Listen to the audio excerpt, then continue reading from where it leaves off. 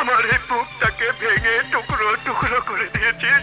আমার বেঁচে থাকার সব স্বপ্ন নিঃশেষ করে দিয়েছিস। আমি কোনোদিন তোমার হব না। আমি শুধু শামীমকে ভালোবাসি।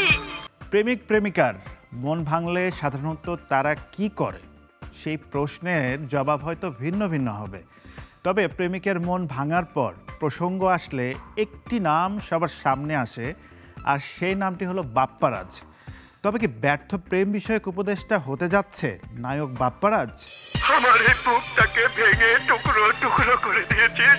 আমার বেঁচে থাকার সব স্বপ্ন নিঃশেষ করে দিয়েছিস। আমি কোনোদিন তোমার হব না। আমি শুধু শামীমকে ভালোবাসি। আমি শুধু শামীমকে ভালোবাসি। 90 দশকের বাংলা চলচ্চিত্রের তুমুল জনপ্রিয় নায়ক বাপ্পারাজ তার অভিনয় শৈলী দিয়ে জয় করেছেন বহু দর্শকের মন। অভিনয় দিয়ে যেমন হাজারো দর্শককে কাঁদিয়েছেন, তেমনি অভিনেতা হিসেবে নিজেকে যোগ্য প্রমাণ করেছেন সবসময়। সম্প্রতি বাংলাদেশ সরকারের উপদেষ্টা মণ্ডলীতে মোস্তফা সরোয়ার ফারুকী ও শেখ বসিরকে যুক্ত করায় তৈরি হয়েছে বিতর্ক। সামাজিক যোগাযোগ মাধ্যমে উপদেষ্টা নিয়োগ নিয়ে হয়েছে নানা ধরনের আলোচনা, সমালোচনা ও কৌতুক। এরই মধ্যে ইয়ার্কি নামক জনপ্রিয় রম্য ফেসবুক পেজ উপদেষ্টা নিয়োগ নিয়ে বেশ কিছু ফটোকার্ড পোস্ট করে।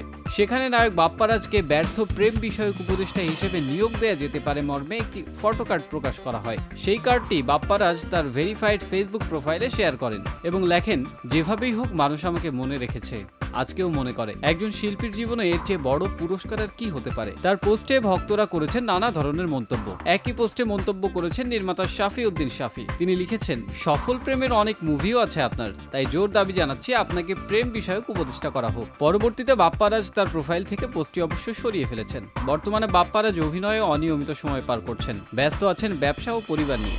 জনপ্রিয় অভিনেতা প্রেমের সমাধি, প্রেম গীত, হারানো প্রেম, ভুলো না আমায়, বুক ভরা ভালোবাসা, ভালোবাসা কারে করে, এমন বেশ কিছু জনপ্রিয় সিনেমা উপহার দিয়েছেন দর্শককে। এছাড়াও বাবা কেন চাকর, সন্তান যখন শত্রু, সৎ ভাই, জবাব চাই ইত্যাদি সিনেমাগুলো দিয়ে ভরিয়েছেন দর্শকের মন। অভিনয়ের পাশাপাশি কাছের মানুষ, রাতের মানুষ এবং একজন লেখক নাটকের নির্দেশনাও দিয়েছেন বাপ্পারাজ। তার নির্দেশনার খাতায় রয়েছে কার্তুজ নামের একটি চলচ্চিত্র।